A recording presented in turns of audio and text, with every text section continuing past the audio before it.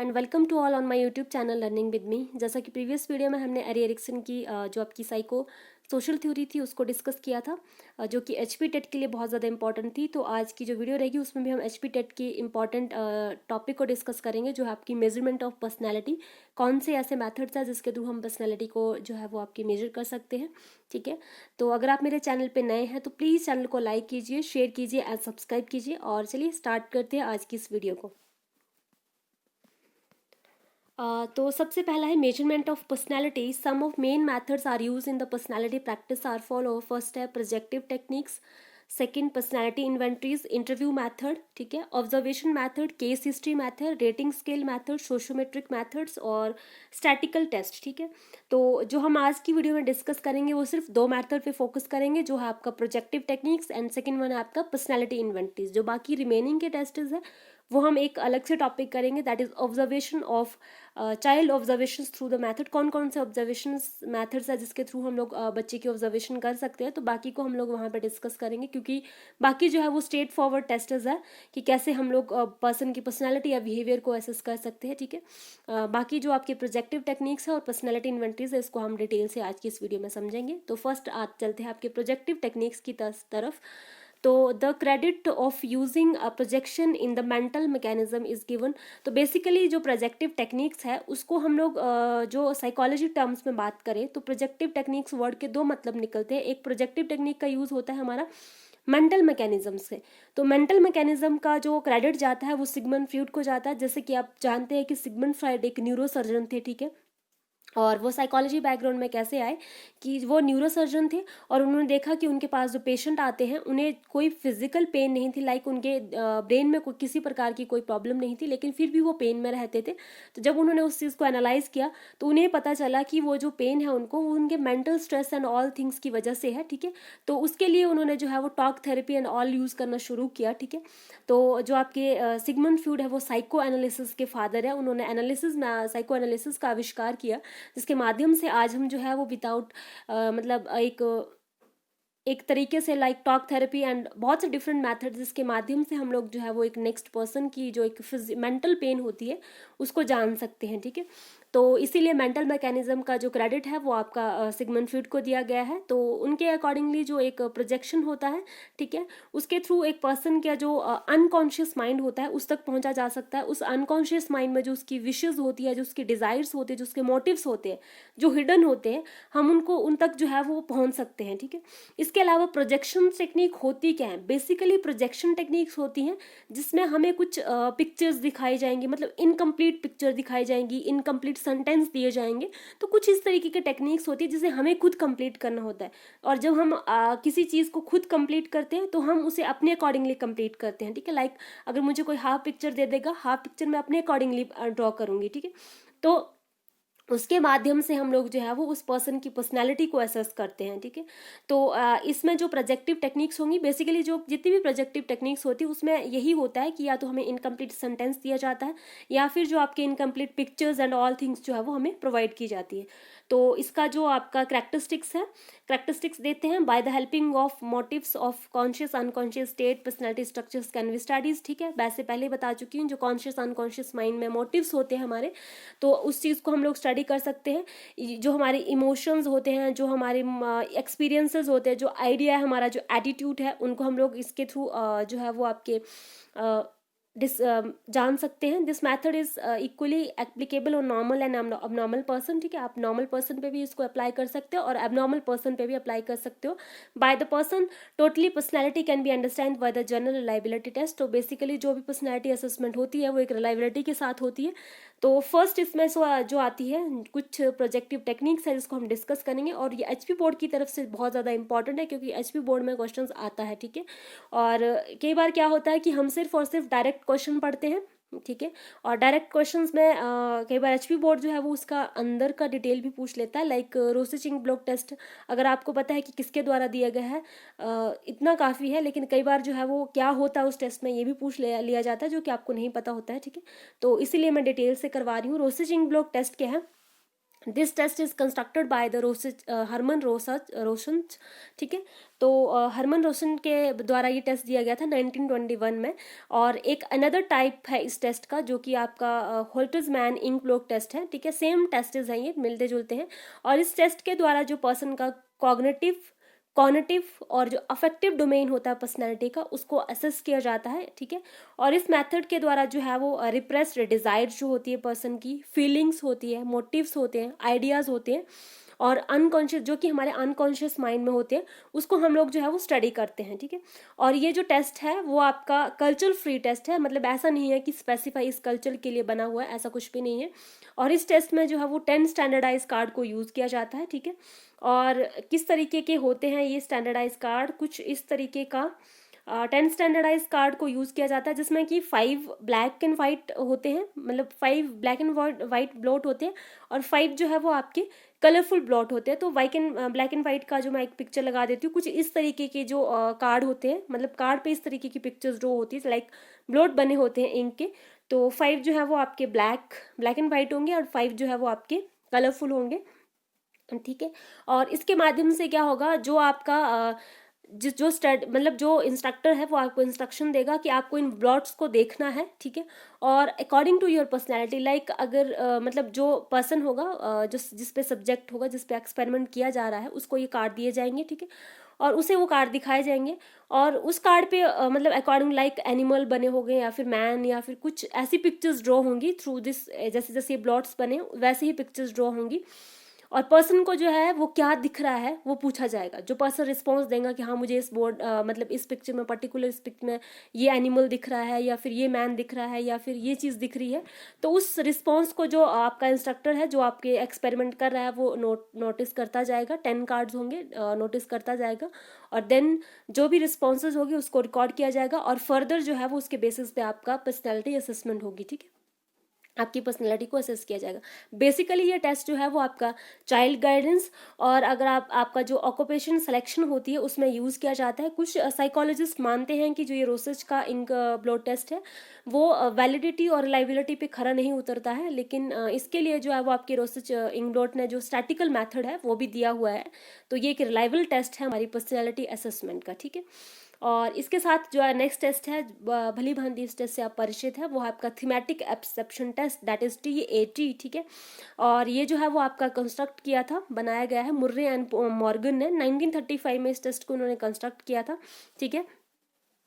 और इस टेस्ट का क्या है, इस टेस्ट में जो है वो आपके बेसिकली जो मेरी बुक है, जो मेरी ग्रेजुएशन की बुक है, उसमें मेंशन है कि 31 कार्ड जो है वो यूज़ होते हैं।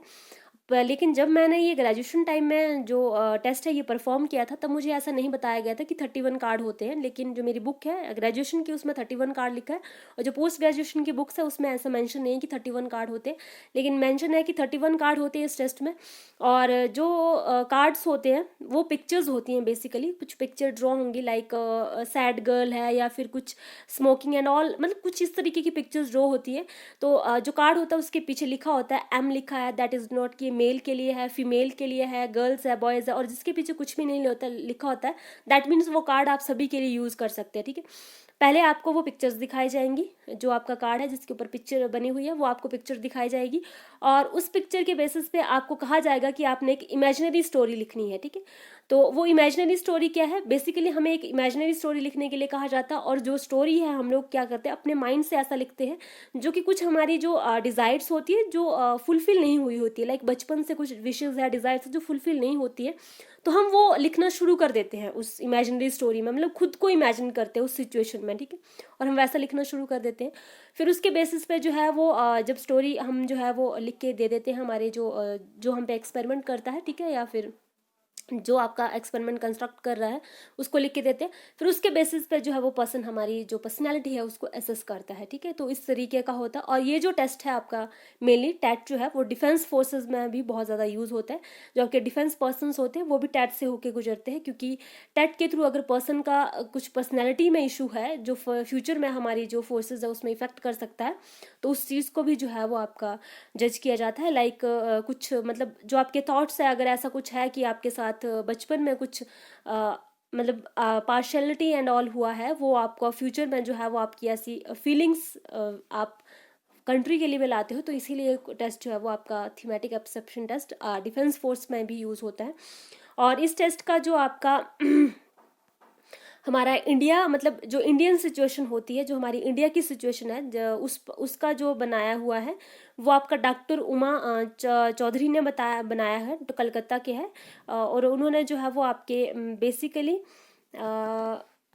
14 पिक्चर्स जो है वो इंडियन सिचुएशंस पे, इंडियन कंडीशन पे जो है वो आपकी बनाई हुई हैं, जो 14 पिक्चर उनको कंस्ट्रक्ट किया हुआ है इंडियन कंडीशन पे, ठीक है।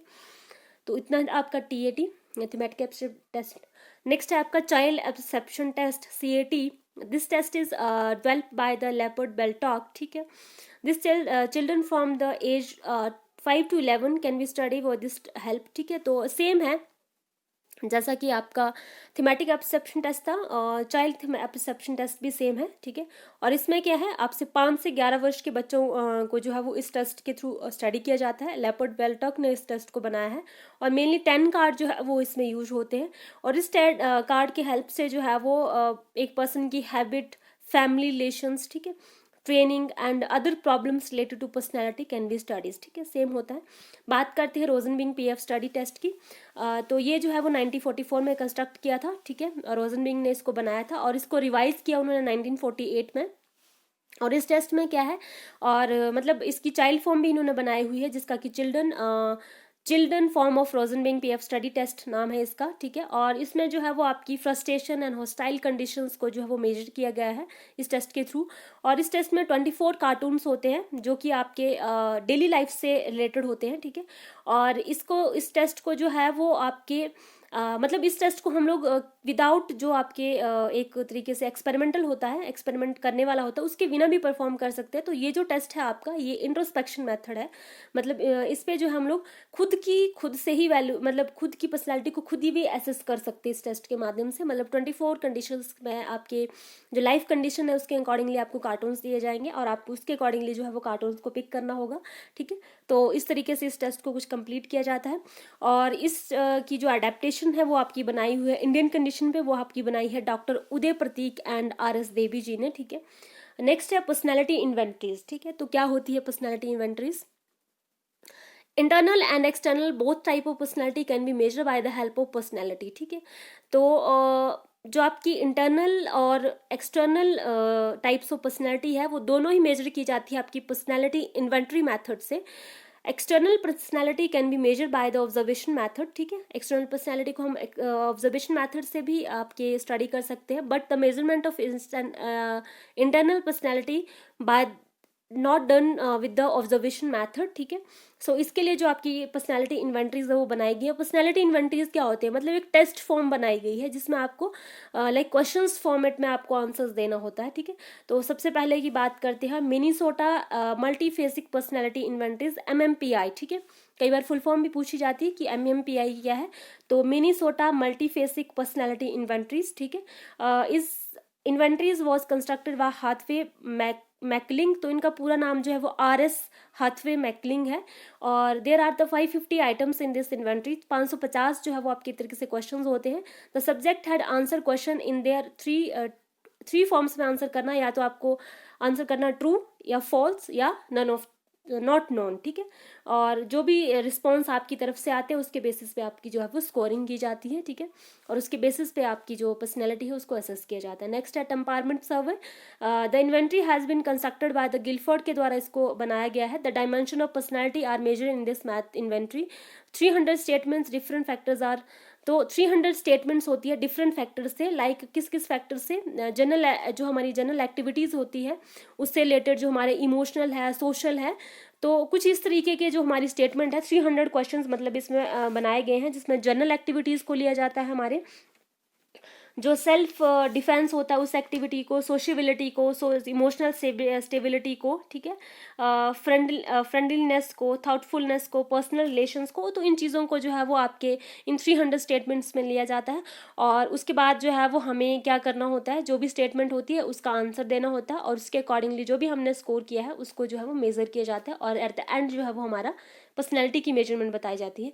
16 PF फैक्टर, तो ये बेसिकली ये है 16 PF फैक्टर्स, ठीक है, 16 PF जो आपका कंस्ट्रक्ट किया है आरवी केटल के द्वारा, used for the 17 year above.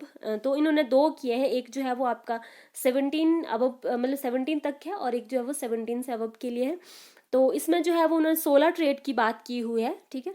जो 16 ट्रेड है, केटल की थ्योरी आपने पढ़ी होगी, केटल ट्रेड थ्योरी। अगर आपने नहीं पढ़ी है तो कमेंट बॉक्स में बताइए, मैं आपको करवा दूंगी केटल की ट्रेड थ्योरी। तो इसमें उन्होंने 16 ट्रेड्स कुछ दिए हुए हैं, कुछ इस तरीके के ट्रेड्स हैं, 16 ट्रेड्स हैं। जैसे पॉजिटिव एस्पेक्ट्स की बात करें तो आउटगोइंग का, रिजर्विस्ट है, मोर इंटेलिजेंट का, लेस इंटेलिजेंट है, स्टेबल का, इमोशनल है, असर्टिव का, हम्बल्स है, हैप्पी गो लकी का, सोबर है, ठीक है। तो इस तरीके को 16 जो है वो आपके कैटल्स के जो ट्रेड्स है वो है। इसमें सोशल है, सफिस्टिकेटेड है, डिफरेंट डिफरेंट बात है।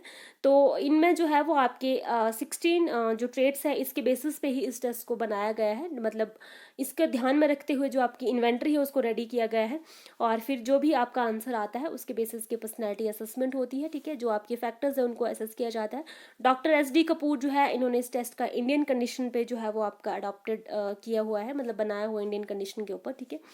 तो आज की वीडियो में बस इतना ही, और प्लीज़ लाइक कीजिए, शेयर कीजिए एंड सब्सक्राइब कीजिए मेरे चैनल को। अगर आपको नोट्स से रिलेटेड या कोई भी अदर्स इंक्वायरीज है तो आप मुझे मेल कर सकते हैं, या तो आप मेरे जो इंस्टाग्राम हैंडल है उस पर मुझे मैसेज कर सकते हैं, ठीक है।